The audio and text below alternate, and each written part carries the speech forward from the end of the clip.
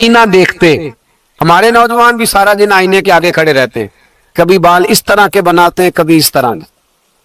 تو میرا کئی دفعہ دل کرتا ہے کہ میں ان سے کہوں کہ تو آئینے کو کہہ رہا جھوٹ بول، پر وہ کیسے بولے؟ تو کہہ رہا ہے آئینے کو کہ تو کیا سب سے پیارا تو ہی لگ رہا ہے، پر وہ کیسے بولے؟ اس نے تو سچ بتانا ہے. ان کو آئینہ جو دکھایا تو برا مان گئے. تو میرے عزیز یاد رکھیے گا، نبی پاک صلی اللہ علیہ وسلم بھی آئینہ دیکھتے. آئینہ دیکھنا حضور کی سنت ہے. کوئی سنت سمجھ کے آئینہ دیکھے گا تو ایک دفعہ دیکھنے پر 100 شہیدوں کا ثواب ملے گا. لیکن نبی پاک صلی اللہ علیہ وسلم آئینہ دیکھتے کیا کہتے؟ اللہم انت حسنت خلقی فحسن خلوقی. یا اللہ، یہ دیکھیں حضور نے ہمیں سکھایا ہے، یا اللہ جس طرح تو نے میری صورت اچھی بنائی ہے میری سیرت بھی اچھی بنا دے. یہ ہمیں سکھانے کے لیے دعا. یا اللہ جس طرح صورت اچھی بنائی ہے، جس طرح تو کہتا ہے نا اس دفعہ اس وقت دیکھ لو کپڑوں پہ کوئی داغ نہیں، تو دعا کیا کر باطن کے بھی اللہ داغ دور فرما دے، یہ والا سارا معاملہ بھی ٹھیک ہو جائے. آخر کی طرف آتا ہوں. فرمایا جب کھانا کھانے لگو تو دعا مانگو. اور ایک روایت میں فرمایا یہ دعا پڑھ لو، کھانے میں زہر بھی ہوگا تو تم پہ اثر نہیں کرے گا. کھانے پہ ایسے میں بڑی تکلیف سے کہتا ہوں کہ آج بھی ہمیں کہنا پڑتا ہے کہ بہت سارے لوگ ایسے ہیں جو ابھی بھی کھانے سے پہلے بسم اللہ نہیں پڑھتے. یار بڑے افسوس کی بات نہیں؟ بڑے افسوس کی. حضور نے دعا سکھائی، نہ یہ دعا پڑھو گے تو زہر بھی ہوگا تو اثر نہیں کرے گا. بسم اللہ الذی لا یضر مع اسمہ شیء فی الارض ولا فی السماء یا حی یا قیوم، جس کی برکت سے زمین و آسمان میں کوئی چیز بھی نقصان نہیں دیتی. اور اے اللہ ہمیشہ زندہ رہنے والے اور قائم رہنے والے، یہ نبی پاک علیہ السلام. اور ایک حدیث میں اور بھی دعا آئی ہے. بسم اللہ شریف تو خیر بخاری میں موجود ہے، مسلم میں موجود ہے. بسم اللہ وعلی برکت اللہ بھی ایک حدیث میں نبی پاک صلی اللہ علیہ وسلم نے ارشاد فرمایا. اور جب کھانا کھا چکے پھر کہا دعا مانگو، الحمدللہ الذی اطعمنا وسقانا وجعلنا من المسلمین. اللہ تعالیٰ کا شکر ہے جس نے ہمیں کھلایا بھی پلایا بھی اور مسلمان بھی بنایا. مرزا مظہر جانا فرماتے ہیں کہ بارش ہوئی تھی تازی دلی میں تازی بارش ہوئی. ایک بابا لکڑی کے جوتے پہنے کھڑا ہوں، اللہ اللہ اللہ اسی کسے دے کچھ بھی نہیں لگ دے نہ کوئی ساڈا دردی. بابا مست ہو کے جا رہا، اللہ اللہ کرتا جا رہا.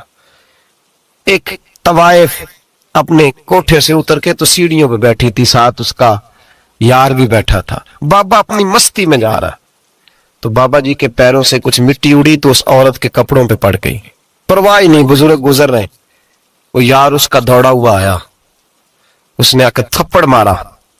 کا خیال نہیں سارے اس کے کپڑے آلودہ کر دیے، تو کدھر تیرا دماغ نہیں ٹھیک؟ بابے نے نظر اٹھائی، کہا بیٹے میں نے دیکھا نہیں، چل اللہ تیرا بھلا کرے، تو نے بدلہ لے لیا. بابا جی چپ کر کے وَإِذَا خَاطَبَهُمُ الْجَاهِلُونَ قَالُوا السَّلَامَ چپ کر کے گزر گئے. ٹھنڈ کا موسم تھا، بارش تازہ ہوئی تھی، حلوائی دودھ کاڑ رہا تھا. اس نے بٹھایا بابا جی کو پھٹے پہ، پیالہ پکڑا، دوڑ کے آگے بڑھا. بزرگ آ گئے، آئیے بیٹھیے. دودھ کا گرم پیالہ شکر ڈال کے دیا. بابا جی نے دودھ پیا، پھر نظر جھکی، پھر رنگ بدلا. کہنے لگے مالک تو کتنا بے نیاز ہے، کہیں تھپڑ مرواتا ہے کہیں دودھ پلاتا ہے. تیری بے نیازی ہے نا، ادھر تھپڑ مروایا یہاں دودھ پلایا، تو ہی جانتا ہے تیرے رنگ کیا ہے. ابھی بابا وہیں بیٹھا تھا، توڑے آئے پیچھے سے لوگ، شور ہوا. بابے کو دبوچ کے وہاں لے گئے جہاں اس نوجوان نے تھپڑ مارا تھا. کہا تو اللہ کا بندہ ہے، اللہ کے بندے بد دعا تو نہیں دیتے. ہوا کیا؟ کہا تو نے بد دعا دی ہے؟ کہا نہیں دی، بات بتاؤ. کہنے لگے اس نے تجھے تھپڑ مارا ہے، چھت پہ چڑھا ہے، پیر پھسلا ہے، گردن کے بل گرا ہے، منکا ٹوٹ گیا، مر گیا ہے، تو نے بد دعا دی ہے. بابا جی کہنے لگے یار میں نے تو دوسرا لفظ بھی نہیں کہا، بھلا ہو کہہ کے گزرا ہوں، میں نے نہیں بد دعا دی. کہا تو نے دی ہے تبھی تو مر گیا. کہا نہیں دی.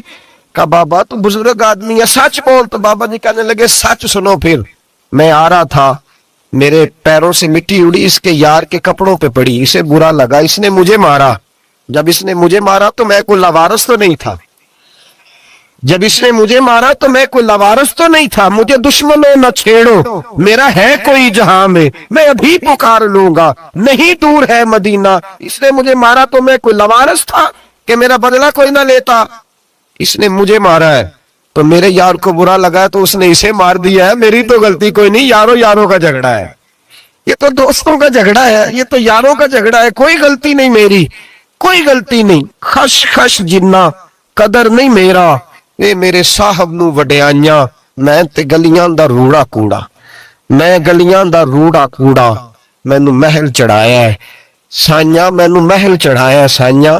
فرمایا اس نے مجھے لوارث سمجھا تھا کہ تھپڑ مار کے گزر جائے, میرا کوئی پوچھے گا ہی نہیں. میرے رسول پاک علیہ السلام کے بارے میں رب فرماتا ہے ابھی میں تو تیرے ہوتے ہوئے کافر کو سزا نہیں دیتا کہ تو موجود ہے.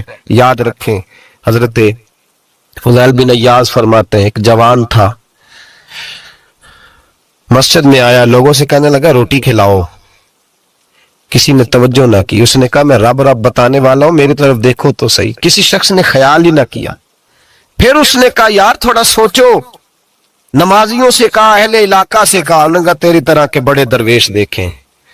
مسجد کے محراب میں وہ رب کریم کا بندہ انتقال کر گیا. جب فوت ہو گیا نا, لوگوں کا مزاج ہے بیمار کو دوائی نہیں دیتے, جنازے پہ وقت پہ پہنچ جاتے ہیں. جب کوئی گر رہا ہوتا ہے تو سہارا کوئی نہیں دیتا, جب کوئی گر جاتا ہے ٹانگ ٹوٹ جاتی ہے تو تیمارداری کو زمانہ پہنچ جاتا ہے. اور بزرگ وہ نوجوان اللہ کا نیک بندہ مسجد کے محراب میں فوت ہو گیا. حضرت فضیل ابن عیاض کہتے ہیں امام صاحب نے اعلان کیا چندہ دو, کوئی لاوارث فوت ہو گیا, کفن دینا. چندہ اکٹھا ہوا, کفن خریدا, جنازہ پڑا, عشاء کے بعد دفن کر کے آئے. فجر کی نماز کے لیے جب امام اور مؤذن مسجد میں آئے تو چیخیں مارنے لگے, تڑپنے لگے, دور دور تک آوازیں پھیل گئی. دنیا دوڑی آئی, کیا ہوا؟ کہنے لگے وہ جو تم نے کفن پہنایا تھا وہ یہاں پڑا ہوا ہے, اور دیکھو کفن پہ تحریر لکھی ہے. تحریر کیا ہے؟ عرش کے مالک نے فرمایا میرے دوست نے روٹی مانگی تم نے دی نہیں, اس نے تمہیں میرے قریب کرنے کے لیے اپنی طرف توجہ کرائی, تم نے کی نہیں, اور میرا یار تمہارے کفن کا محتاج تھا. سنبھال کے رکھو اپنا کفن, میں نے اسے جنت کا لباس عطا فرما دیا, سنبھال کے رکھو. یہ کوئی لاوارثوں کا ٹولہ ہے؟ یاد رکھیں جو وارث والے ہیں, وارث والے ان کا رنگ اور ہے, جو ماننے والے ہیں ان کا مزاج اور ہے. اپنی زندگی لاوارثوں کی طرح نہیں.